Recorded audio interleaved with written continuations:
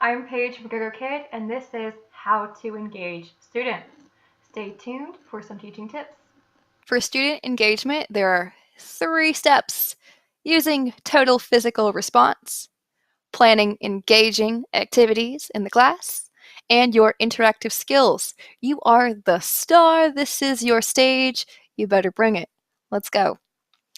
Although you're watching me later, I would like you to think about what you already know about student engagement and what you might like to know, and hopefully we answer it here.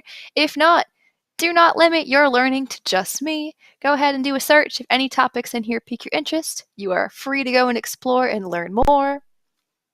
Total physical response is a language and body conversation. It is movements associated with words. It's not sign language, not an official language. In language theory, it is discussed how parents and children are able to have kind of secret conversations using body language. This same thing can be used to learn foreign languages. Total physical response is just a method of teaching language by using physical movement and tying it to verbal input. It mimics how infants learn their first language, and it lowers student inhibitions and lowers their stress. The purpose of TPR is to create a brain link between speech and action to boost language learning and vocabulary learning. Some classic TPR moves. Pointing to your mouth. Listen. Repeat. How many words? I also like to do big, small. You can also do fun ones like walk, eat. Those are all pretty self-explanatory, right? I like to do TPR moves that are funny, and the students will like to do along with me. TPR is the most effective if you can get your student to do it along with you. And then they will be able to link that movement to the memory of that word and better learn the language. The purpose is, of course, to create that brain link. When we talk about brain links, we're talking about schema. Schema is how you connect to prior learning. All learning that you have to stay needs to be connected to prior learning. Think about your brain like a series of puzzle pieces. To attach learning to it, you need to attach it to a puzzle piece. So for that link to take place, we need a few things to be in place. The affective filter is a construct that is used to explain language acquisition. The affective filter is key because if your students are not comfortable, they're not going to learn. Common sense. Research and theory tells us the affective filter is an invisible psychological filter that can either facilitate or hinder language production. So if their affective filter is high, the chances of them actually learning language and getting through that filter and making connections in their brain is very low. This is the hypothesis. Your brain is the language acquisition device. I always tell my students, this is the best computer you'll ever have, right here between your ears. And they're, oh yes, your language acquisition device. Think about it this way. If your affective filter is high, the input is not going to get in. Your shields are up, not going to get through.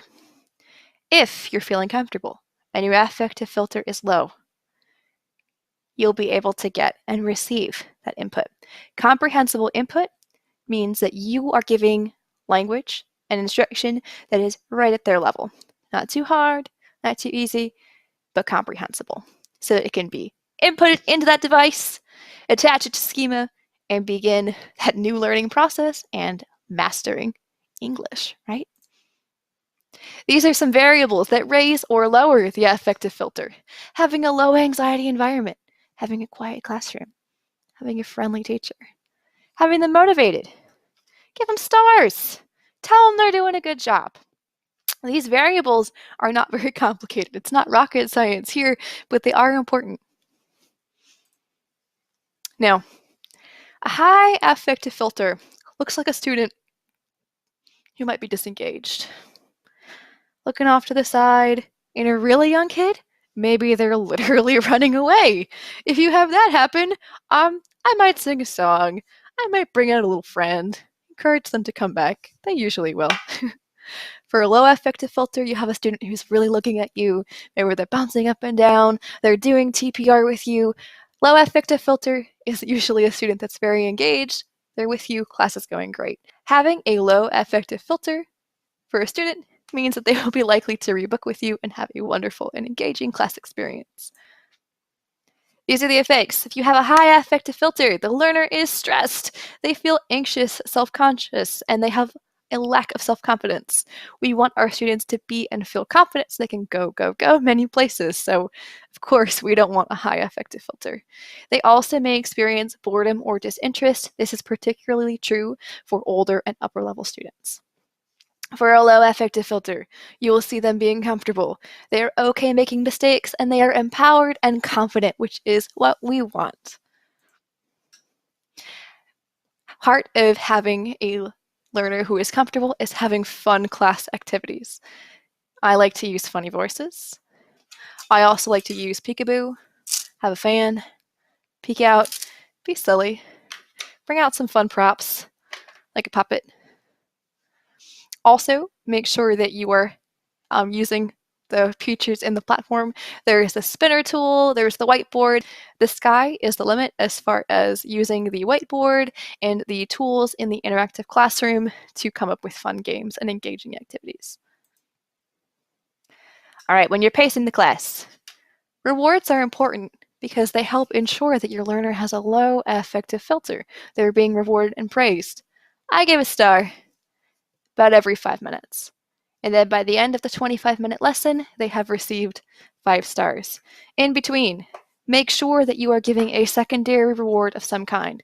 For young students, I like the ice cream a lot. It's a good one. For an upper level student, do still give a secondary reward. I personally like to use Google Slides.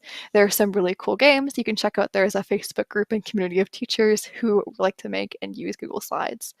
Just make sure that you're using one that has images that are always appropriate. Make sure you preview it before the lesson and that it follows all policies.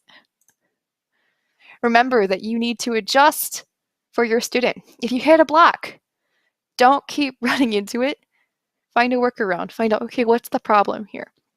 Are they not able to say it is red because they don't know red? Okay, let's break it down. Let's sound out red. Let's figure out how to do it and let's work around this obstacle. Okay? When you're in a class, you want to make sure that you're looking at your student. That's your camera. If you need to put a little sticky note by it to help remind you where to look, that works.